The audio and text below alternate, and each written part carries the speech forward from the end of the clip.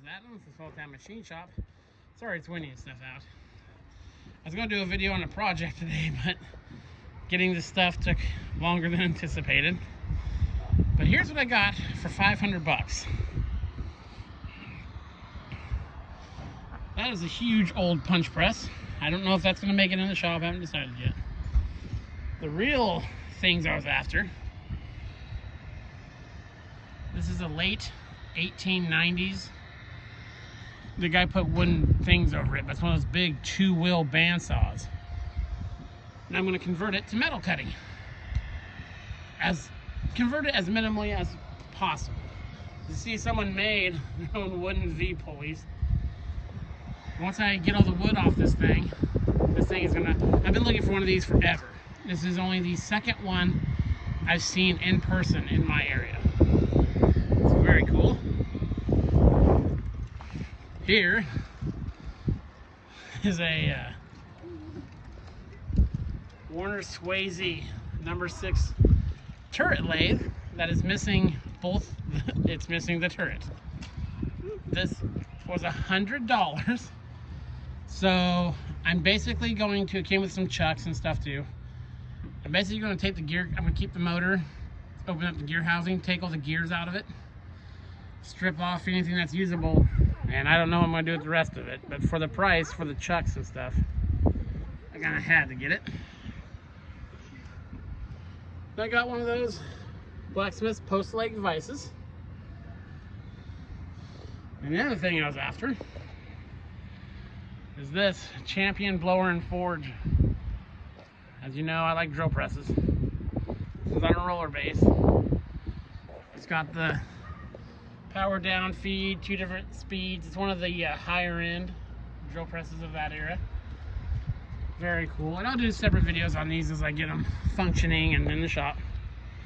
The only thing that was weird is the table didn't have a center hole in it, which is weird, but this is the saddle to that turret lathe. Then there was this huge, this is the drive end, there's the tailstock. These 2 long wooden beams are brought to a big long wood lathe. And these are the blade guides, or the tool rests. It was for turning, you know, those beams are 15, 60 feet long. It's for turning porch posts, or porch posts. So you come around here.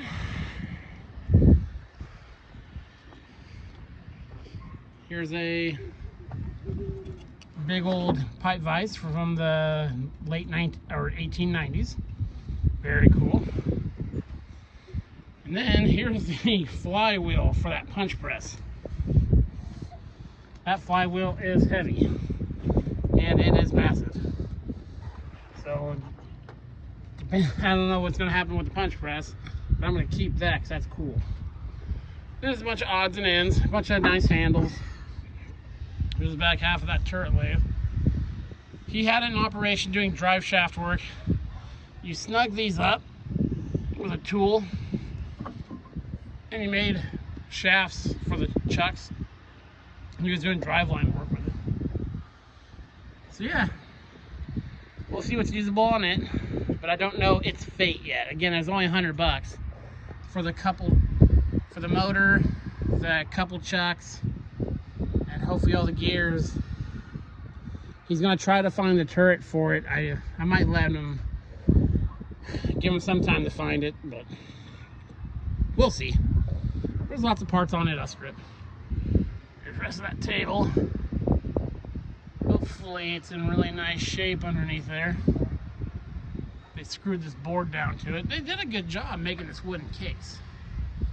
I'm gonna take it off. I know it'll be more dangerous because the back of the blade will show and stuff like that. And it'll be down here by your leg. I like the looks of the old 2-wheel setup, and I'll make some kind of metal guard. So